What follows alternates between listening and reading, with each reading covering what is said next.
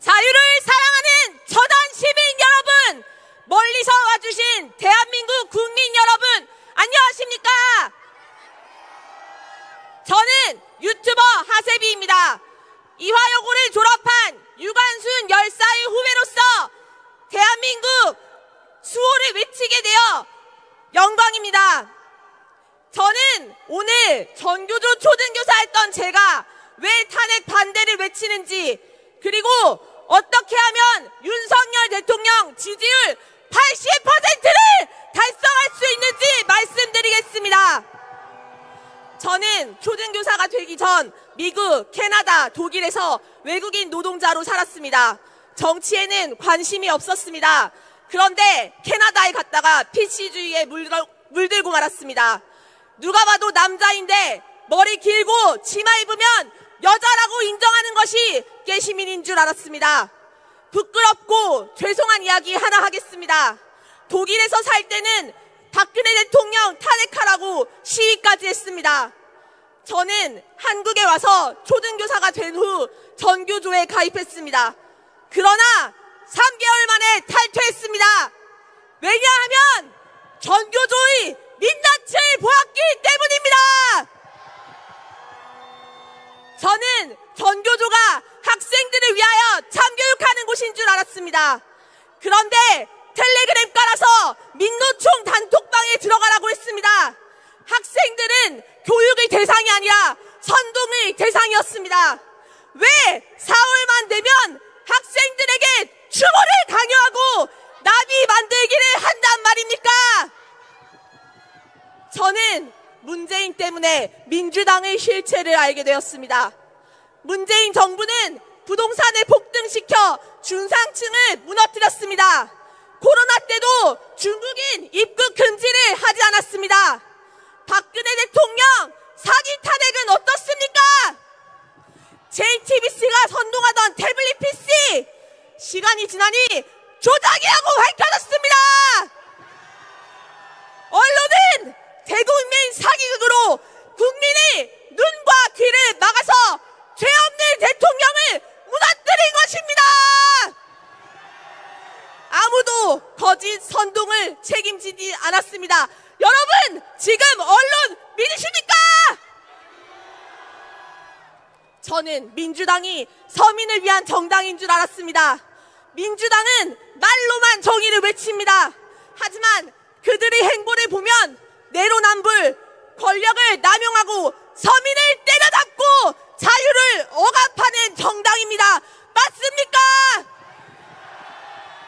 대학 시절 민주화 운동을 했다던 386 세대, 지금이 민주당 주축이 된 586, 똥86에게 배신감마저 들었습니다. 저는 현대사를 공부하기 시작했습니다. 저는 학창시절 단 한 번도 배우지 못했던 이승만 대통령, 박정희 대통령의 업적을 알게 되었습니다. 여러분, 대한민국은 6.25 전쟁 이후에 너무나 가난했습니다. 당장 굶어 죽기 직전인데 민주화가 되셨겠습니까? 배고프고 조가집 살고 비 오면 온 동네 진흙탕이 되는 곳에 살면 먹고 사는 문제가 가장 시급합니다. 가난한 후진국 대한민국을 잘 살게 만든 건 박정희 대통령입니다. 동의하십니까? 맞습니다.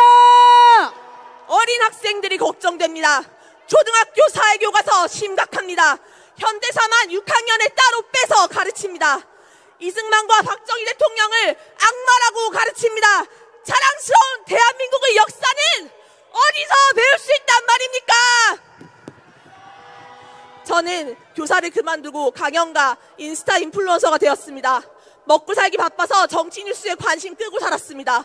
그러다가 계엄령이 터지고서야 민주당의 입법 독재를 알고 경악했습니다. 저는 12월 첫째 주부터 탄핵 반대 집회에 나갔지만 대외적으로는 침묵했습니다. 진실을 알리고 싶었지만 언팔할까봐 몸을 사렸습니다. 그러다가 주변에서 목소리 내는 인플루언서를 보고 반성했습니다.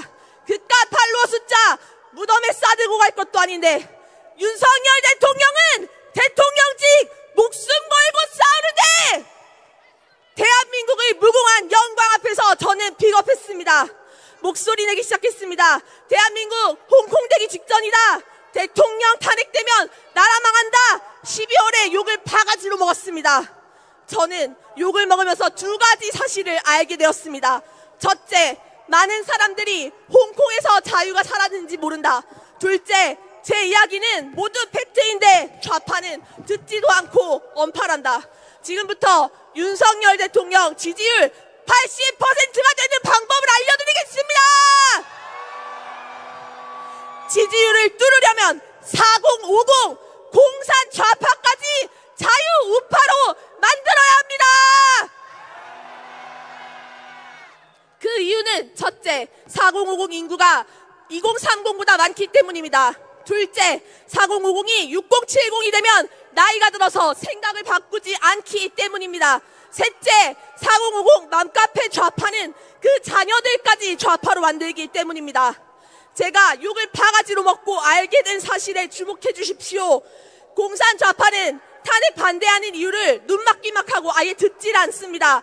빨간 약을 쳐다보면 대통령을 지지할 텐데 빨간 약을 안 봅니다. 제가 좌파를 전향시킨 방법을 알려드리겠습니다.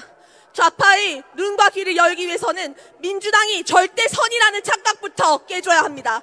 좌파가 모르는 것부터 알려주십시오. 온 국민을 분노하고 슬프게 했던 정인이 사건! 문재인은 입양아가 마음에 들지 않으면 반품하거나 교환하라고 했습니다. 좌파들 뉴스 공장만 보니까 이것도 모릅니다. 미군 철수를 주장합니다. 역사에서 배워야 합니다. 우리나라는 미군이 철수하자 6.25가 터졌습니다. 베트남도 똑같습니다. 좌파는 21세기에 간첩이 어딨냐고 합니다. 간첩이 20세기까지 활동하다가 2000년에 전부 철수했겠습니까? 민주노총 간부들이 북한 간첩인 것이 법정에서 밝혀졌습니다. 좌파는 우리 세금을 시민단체에 뿌립니다. 박원순이 갖다 바친 서울시민 세금이 11조입니다. 시민단체가 초등학교에 와서 인권교육이랍시고 세뇌하고 특강하고 그 피같은 세금을 받아갑니다. 민주당이 정의롭다고 착각하는 그들을 꺼내주는 것부터 시작하십시오. 인터넷 보면 개몽령 이후에 민주당 탈당 인증샷이 올라오고 있습니다. 이런 사람들이 더욱 많아져야 대통령 지지율 80%를 달성할 수 있습니다. 여러분, 이제는 전 국민이 목소리를 내야 합니다. 무서운 사실이 있습니다. 지금 침묵한다면 나중에는 목소리를 내고 싶어도 낼 수 없는 나라에서 살게 될 것입니다. 그래도 계엄은 아니라고 하는 사람 앞에서 침묵하지 마십시오. 한 명, 두 명 좌파의 생각에 금이 가게 만들어야 합니다. 인터넷 댓글도 쌓아주십시오. 왜냐하면 지금 우리는 하이브리드 전쟁 중이기 때문입니다. 헌법재판소는 계엄의 정당성만 따지기 위하여 부정선거 증거를 모두 기각하고 있습니다. 우리 모두 계엄이 정당하다고 여론을 이끌어야 합니다.